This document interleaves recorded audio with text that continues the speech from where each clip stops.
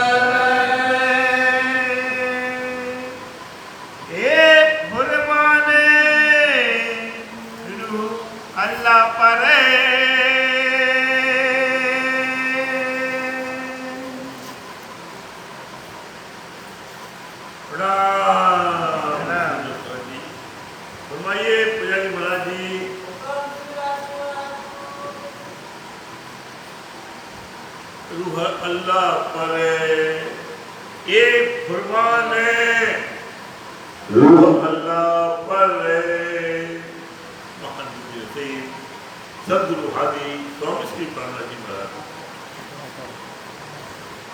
छोटे क्या मकामा में वर्णन कर रहे हैं।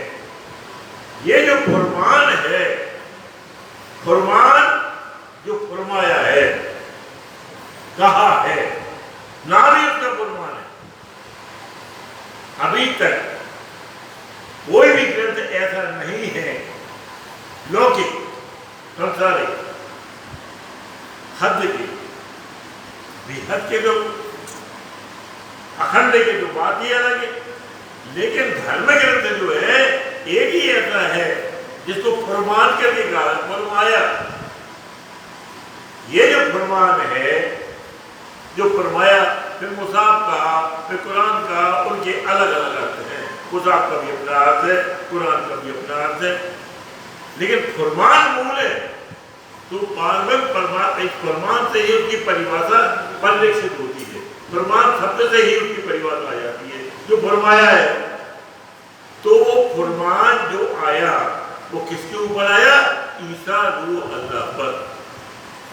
ईसा जो आत्मा, ईसा जो है आत्मा, रूह किसकी? अल्लाह, पूर्ण परमात्मा। पूर्ण परमात्मा की आत्मा रूह अल्लाह, जैसा लिखा था फरमान वो आएगा। आनंद के श्यामा जी महारानी राज्य महाराज के आनंद अंगना सदगुरु श्री देवचंद्र जी के रूप में इस संसार में आए। तो वहां पे कह दिया था परमधाम में, वही ये बात बता दी थी कि एक ऐसा तो पाइए जो तुम पहले वो जाओ भूल। पहली बात तो ये, तुम मुझे भूलो तब तो तुम्हें ऐसा की पहचान होगी। तुम ले बेटी की जुदाई, मैं भेजूंगा रसूल। वही कह दिया था, रसूल को भेजूंगा। ये रसूल को भेजा। रसूल संदेशका, संदेश वाहक, पोस्टमैन, संदेश लाने वाला, हुक्म का स्वरूप संदेश लेके ये फरमान फरमाया, और उस फरमान को लेकर के यहाँ पे आए इसके ऊपर रूह अल्लाह। मैं आऊं उत्तर सत्य गुरु बन के, ये चंद्र के साथ बैठे हैं, मतलब गाते हैं, चल गरबा गाते हैं। मैं आऊं उत्तर सत्य गुरु बन के, तुम नहीं लखो लखाए। हम सतगुरु बन के आएंगे, लेकिन तुम पहचान नहीं पाओगे। वो रसूल संदेश लेके आए, किसके ऊपर आए? बल्कि मोहम्मद पे।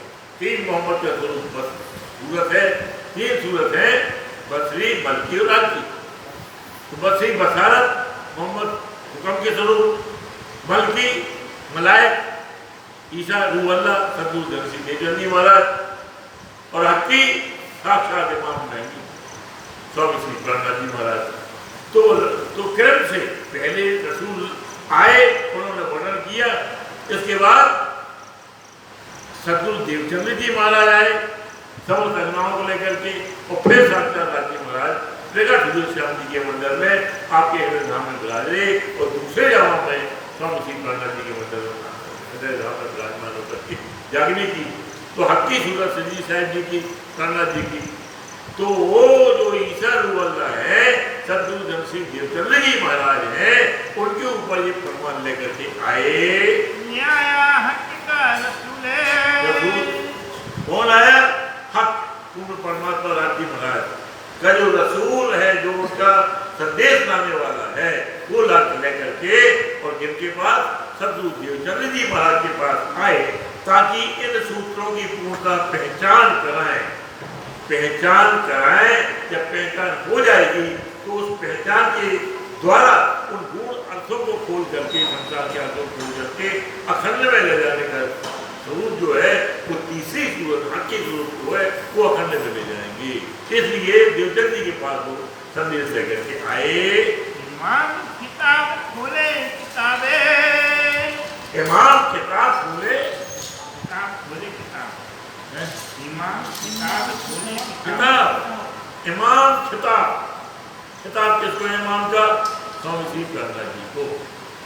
बल्कि मोहम्मद को जो खिताब है वो सदगुरु धन सिंह देवचंद जी के ऊपर है, और बसरी का मोहम्मद के ऊपर। तो ये खिताब किनका है? इमाम मेहदी, विजय बुद्ध निष्कलंक, कलगी अवतार हिंदू धर्म ग्रंथों में है, और पाश्चात्य धर्म ग्रंथों में, कथित ग्रंथों में आखिर इमाम मेहदी। इस प्रकार से प्रणनाथ जी जो है, जिनको ये किताब मिला हुआ है, वो इस किताब को खोलेंगे। खोलेंगे मतलब क्या है? इनके अंदर जो छुपे हुए राज हैं, उन रास्तों का उद्घाटन करेंगे, हकीकत की पहचान कराएंगे। मार्फती की 2 नमाजें हैं, 6 टोटल नमाजें हैं। तो शरीयत, तरीकत, हकीकत, मर्द। तो शरीयत की नमाज इश्क बंदगी, तरीकत की, इश्क हकीकी, और फिर दो आ गई शरीयत तरीका हकीकत की दो, और दो मार्फत की दो नवाजा हकीकत की है। एक तो लज्जत प्राप्त करना, अखंड ब्रह्म नाम की दूर का आपने शिवफल देखा पानी में, तो पानी में देखा तो आपको शिवफल नजर तो आ गया, फल तो नजर आ गया, लेकिन उसकी लज्जत नहीं मिली। लज्जत तब मिलेगी उसको खाओ। मीठा तो हर एक है, कलाकंद भी, जलेबी भी, रसगुल्ला भी, सब मीठा मीठा है, लेकिन लज्जत अलग अलग है। मीठा खाओ कैसा है मीठा है, बर्फी खाओ चाहे रसगुल्ला खाओ चाहे जलेबी खाओ, सभी मीठी जिनकी संबंधी सब मीठे हैं, लेकिन उनकी लज्जत अलग अलग है। तो वो जो लज्जत है, जो टेस्ट है, लज्जत तो देगा, फल देगा, हकीकत होगी। और हकीकत की हकीकत बल्कि मोहम्मद सल्लल्लाहु अलैहि वसल्लम ने पहचान कराई, उसकी लज्जत दिलाई, और लज्जत दिलाने के बाद मार्फती ज्ञान में डूब जाना। और दूसरी नमाज अंतिम है मार्फती की, वो है परम ज्ञान, माने ब्रह्म सृष्टि है जगत में कहीं तो ब्रह्म समान, तो ब्रह्म के समान ही हो गई। ये है दूसरी मार्फत। तो ये दूसरी मार्फत की पहचान इमाम मेहदी कराएंगे। पर अब ये मार्फती है कि इमाम मेहदी किसी प्रकार से कोई भी एक नुक्ता है जरा भी नहीं भूल करेगी, पूरा का पूरा स्पष्ट कर देंगे। वेद शास्त्र पुराण अंधे जमूर तोड़े संसार में जितने भी कर्म ग्रंथ आए सबके गुण रहस्यों का एक एक का निरूपण करेंगे, उसमें जरा भी शंका नहीं रहेगी। बेशक आएगा 18,755 दातर ज्ञान के द्वारा बेशक कर देंगे। ये कब होगा? अज्ञानी सदी में ना, जैसा कि वर्णन किया गया था कुरान में, और उनके जो याद थे वो हंसते थे, उसको झूठ समझते थे, ऐसे कैसे होगा। और अगर पूछा यारों ने जरूर ये क़यामत कब होगी, आप तो जागृति क़यामत क्या है, प्रलय नहीं है कि प्रलय हो जाएगा। ये शरीर में मुर्दा के समान आत्मा पड़ी हुई है, इससे वो जाग जाना, ये पंचभौतिक शरीर है, पंचभौतिक भौतिक है, इसमें आत्मा सोई पड़ी है, वो जाग गई, जाग करके खड़ी हो गई, क़यामत हो गई। तो वो जागने का जो स्वरूप है वो कब होगा? 11वीं सदी में ये उन्होंने फर्दा रोज क़यामत कल के दिन, तो कल के दिन के लिए 1000 वर्ष का दिन और 100 वर्ष की रात। इस प्रकार 11वीं सदी में ये खुल जाएगी, ये किताब खुल जाएगी, सबको हकीकत की पहचान हो जाएगी। कोई जितने भी उनके वहाँ पे बैठे थे जीव सृष्टि, वो सब हंसने लगे, हुजूर ऐसा कैसे हो सकता है, हो ही नहीं सकता है ऐसा। वो झूठ समझते थे। ये जो किताब फुरकान है, ये जो फरमान लाए हैं वो फरमान करके ये किताब जो है कुरान है, इनकी चप्पे के एक एक आयतों का, एक एक सूर्य का पूरा निरूपण कर देंगे। मार दज्जाल अरे एक दिन मार दज्जाल। ये दज्जाल क्या है? अज्ञान है, बहुदेव पूजा कर रहे हैं, अपना अपना ज्ञान है, हमारा नहीं यही इष्ट है, इसके अलावा हम नहीं पता चाहते कुछ भी, बस यही है। वो कहते हैं हमारा ये इष्ट है, वो इनको पकड़े, वो उनको पकड़े, वो देवी को पकड़े, कोई ना कोई इस प्रकार से सब आपस में लड़ रहे हैं कि हमारा ही सच्चिदानंद है, उनके हमारा ही पूर्ण ब्रह्म है। शास्त्रों में क्या लगा इस पर नहीं जाना। तो इस प्रकार से ये बहुदेव पूजा जो चल रही थी, जो धर्मों में झगड़े हो रहे थे, उस झगड़ों को बिठा करके एक धर्म की प्रतीति कराई कि बिल्कुल सही कह रहा हूँ, तुम्हारा सच धर्म से समझो क्या लिखा है। प्रत्येक का एक ग्रंथ है, शिव जी का शिव पुराण है, ब्रह्मा जी का ब्रह्म पुराण है, विष्णु जी का विष्णु पुराण है, नारद जी का नारद पुराण, सभी के ग्रंथ है, सभी का परिचय है, सभी के दर्शन है। अब उसको समझो कि क्या लिखा उन्होंने, जब समझोगे तो पाओगे कि बाद में परमात्मा की स्तुति वो करते हैं। क्या कहते हैं? ये एक ही बात करते हैं, हरि ओम तत्व सत।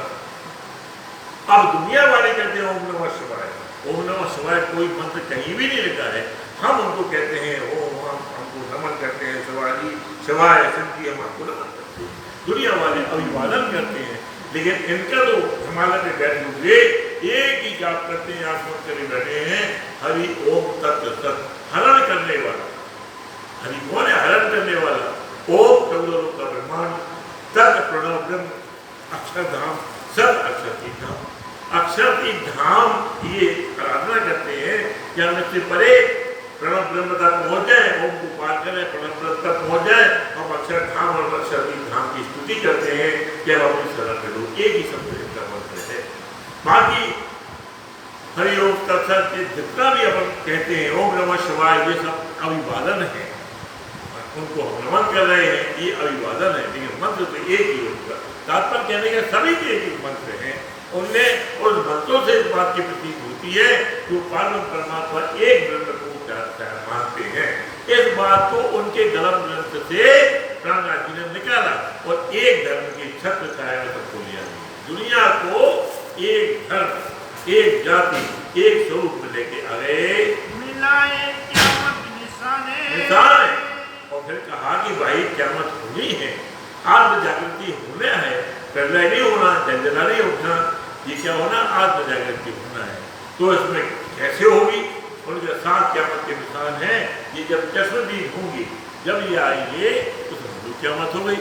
तो उन्होंने एक एक निशान को स्पष्ट करके बता दिया, सातों निशानों को स्पष्ट करके बता दिया, क़यामत के मिला करके बताया। उनके बड़े बड़े खलीफा, बड़े बड़े मौलवी, बड़े बड़े ज्ञानी ज्ञाता थे, सभी ने बातें एक मत से स्वीकार किया कि आप बिल्कुल सही कह रहे हैं। गधा बड़ा दज्जाल, वो दज्जाल आएगा और उसका गधा इतना बड़ा होगा कि उसकी टांगों तक 7 समुद्र का पानी होगा। उन्होंने कहा ये अहंकार है मानव के अंदर, अहंकार इतना बड़ा है उसका, ये है तो मानव की शक्ल में, और मानव की शक्ल के ही सब ये तुम्हारी निशानियां हैं। उन्होंने कहा कि वो राक्षस आएगा जिसकी छाती शेर जैसी होगी, जिसकी पीठ गीदड़ जैसी होगी, जिसकी आंखें सुअर जैसी होंगी, जिसके सींग जो है पहाड़ी बैल जैसे होंगे। तो ये जो क्या निशानियां उनकी आज का मानव का स्वरूप है, ये बात में एकदम प्रकाश आ रहा। और फिर थोड़ी सी बनाए आ गई कि गीदड़ जैसा भागना, बीज जो है गीदड़ क्या भागता है। तो एक एक निशानी का पूरा वर्णन करके बता दिया कि ये मानव की सूरत है, मानव की ये शक्ल है। ऐसे 4 क़यामत की निशानी को तस्दीक कर दिया, स्पष्ट कर दिया। इमाम मसीह मिले रसूले, इमाम मेहदी, सिद्दी साहिब का मसीह पढ़ना जी, मसीह ईसा मसीह, मसीह ईसा अल्लाह, सब्दुल नफसी देते जी, और इमाम मसीह रसूल मोहम्मद साहब, इन तीनों का नसरी मलकी हक्की तीनों की सूरत का जो स्वरूप था, ये मिल करके इस संसार के अंदर एक घर एक दिन के सामना करेंगे।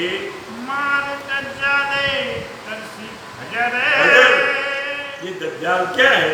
अज्ञान, अज्ञान रूपी दज्जाल छाया हुआ है, जिसमें फिर पैदा होता है और अपने अपने इष्टों पे पूर्णतः आस्था का प्रचार करते हैं और आपस में सांप्रदायिक झगड़ा होता है, लड़ते हैं। इन लड़ने वालों को उनके ही धर्म ग्रंथ से एक ब्रह्म की प्रतीति करा करके सबको एक झंडे तले ले आए। ये तीनों मिलकर के तीनों स्वरूप इमाम मेहदी के अंदर आ गए। और स्वामी प्रहलाद जी ने पूरे भारत में और विदेश में 5 देश बन गया, 4 बन गए, अरब तक गए तो कितने बन गए? 7 देश। अब इस वर्तमान में पाकिस्तान नहीं था, पाकिस्तान बन गया, अमन बन गया, ओमान बन गया, अरब गए थे तो ओमान बन गया, है ना, मस्कत बंदर में गए थे तो ये जो है पाकिस्तान में आ गया, ईरान में आ गया। ये मस्कत कहाँ गया? ईरान में आ गया। ईरान, इराक, ओमान, अरब में, सऊदी अरब, पाकिस्तान, 5 देश बन गए। श्री शहर भी गए थे केवल अरब, इन रास्ते में। ये पाकिस्तान था ही नहीं, हिंदुस्तान में था, लेकिन अब वो इस आज के जमाने में 5 देश बन चुके हैं। तो सब जगह श्री साहिब ने प्रचार किया और प्रचार करके एक ब्रह्म की पूर्णता पहचान कराई। रोज फरदा शनिवार ही, रोज फरदा से सदी 12वीं, फरदा रोज क़यामत 12वीं सदी में होगी। दुनिया इसको मान रही थी, मान नहीं रही थी। कल का दिन है ना, 1000 वर्ष और 100 वर्ष 1100 हो गए। 1100 सदी में तो साक्षात ईसा रूह अल्लाह के पास आ गई, उन्होंने पहचान कराई। और 12वीं सदी में इमाम ने स्वामी श्री कान्हा जी ने यहाँ बंगला पर बैठ करके और पूर्णता कजा की, न्याय किया। असाबिल जबराइल वकालत करने आए और उन्होंने सिफारिश की दी सच्चे मोमिन ने। और इस प्रकार से 8 हिस्सों में कायमी मिली। जो भक्त थे प्रणामी है पूर्णता, लेकिन अभी वो ब्रह्मज्ञान नहीं है, ब्रह्मदृष्टि नहीं है, पूर्ण समर्पित नहीं है। कितने तो जीव सृष्टि भी है, सभी शामिल है। तो इनका साथ हुआ है, इसलिए वो कजा होगी।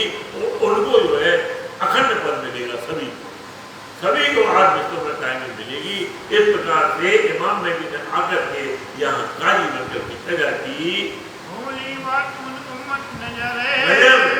और उम्मत जो ब्रह्मज्ञान है वो हर चीज का संसार वाले जाहिली अर्थ लेते हैं। बस यही जगह है, यही गड़बड़ी है कि चाहे मंत्र हो चाहे शास्त्र हो, उसका बातूनी अर्थ उनको मालूम नहीं है। वो है अल्परेत अर्थ। जो वास्तविक अर्थ है उस वास्तविक अर्थ को तातव दृष्टि से, तातव ज्ञान के द्वारा उनका अकल भी, इतना बुद्धि दी, जिससे उनकी बातूनी नजर खुल गई। और फिर उन्होंने जाहिली को तोड़ करके वो बातूनी की पहचान करके सत्य ब्रह्म की पहचान की। जो काफर है, झूठे हैं, संसारी है, जीव सृष्टि है, वो जो क़यामत के कोल बताए थे मोहम्मद ने, वचन दिए थे, वादा किया था 11वीं सदी में आएंगे, पहचान कराएंगे। 12वीं में फजर होगी, माने प्रातः अज्ञान की रात्रि बन जाएगी सबकी, वो ज्ञान का प्रकाश फैल जाएगा, सत्य की पहचान हो जाएगी। वो आते थे कब? क्योंकि वो अधर्मी थे, मायावी थे, इसलिए वचनों पर, इस कॉल पर विश्वास नहीं करते थे। जानते थे झूठ कर अब वो क्या कहते थे, सब झूठ है, ये हो ही नहीं सकता है। कैसे हो सकता है ऐसा? वो क्योंकि जीव सृष्टि थे, अज्ञानी थे, संसारिक थे, मायावी थे, इसलिए वो कहते थे जी तुम बिल्कुल झूठ बोल रहे हैं। तो शरते मोहम्मद की सत्य हुई। जो मोहम्मद की आपकी सूरत है, वो मन की सूरत है, वो ठीक अपने समय पे आए। क़यामत का जो समय दिया था, एक दिन, एक क्षण, एक पल भी आगे पीछे नहीं हुआ। और इस प्रकार से जो वादा किया था, जो कॉल किया था, जो वचन दिए थे, उन वचन को साबित कर दिए, उनकी मुँह हंसते रह गई। वो हंसते थे जो, वो शर्मिंदे हो गए कि सही समय पे इमाम महदी का प्रकटीकरण हुआ है, जो पहले वादा किया था, कॉल किया था। आखिरी सदी जब 11 की आई और 11वीं सदी के आखिर में, आखिर मेरा उत्तर मिली, आखिरी मेरा आए, उसमें उठे अइया जुम्मे चले जा दान, उठी भी तरह से कोट करी दुकान, अपने पिया से मिलन की बेला आ गई। इसलिए 11वीं सदी के अंत में, 12वीं सदी शायद जा करके और एक झंडा यहाँ पे ब्रह्मपुरी में स्थापित किया, जिसके तले पूरे संसार को दैनिक की सब चूंकि का सभी इसी जगह तले आ जाएंगे। वही एक कौल मोहम्मद का, मोहम्मद के ये कौल है, मोहम्मद के ये जो वचन है, ये सच्चा साबित हुआ ना चल विचले। इसी प्रकार से इस एक वचन में जरा भी आगे पीछे नहीं हुआ, कोई भी इस पर कमी नहीं हुई, बिल्कुल सही टाइम पे विजयवदन बुद्ध कल की अवतार हुआ, लिखा था विक्रम संवत 1675। बल्कि मोहम्मद तो ईसा रुपल्ला को आना था 1638 लिखा हुआ था, पहले से वर्णित था, शास्त्रों की भविष्यवाणियां थी, उसी ठीक समय पे आए। एक दिन का भी पल का चल विचल फर्क नहीं हुआ।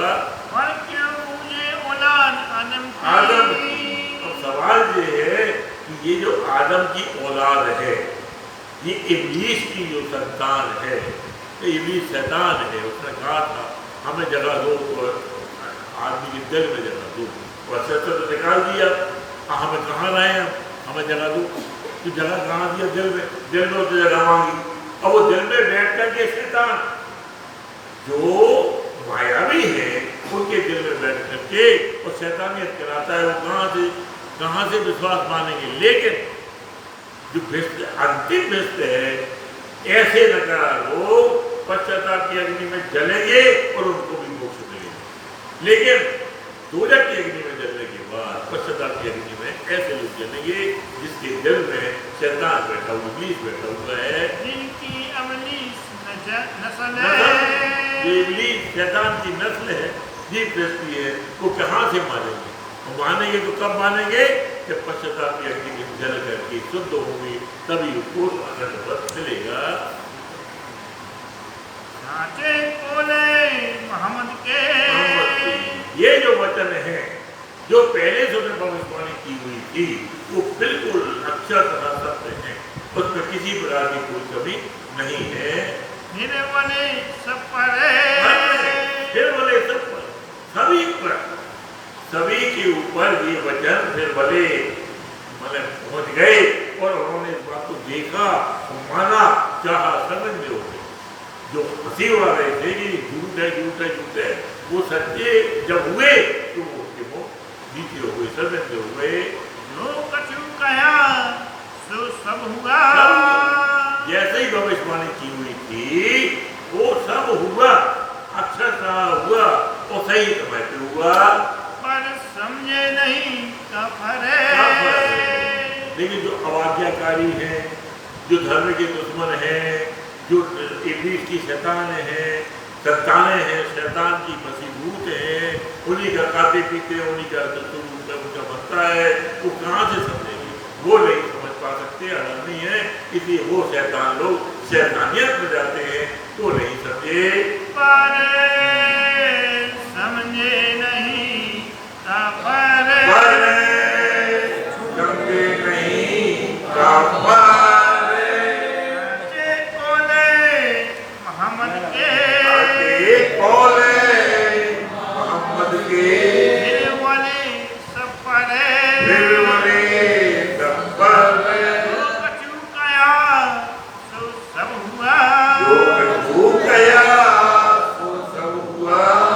समझे नहीं का फरे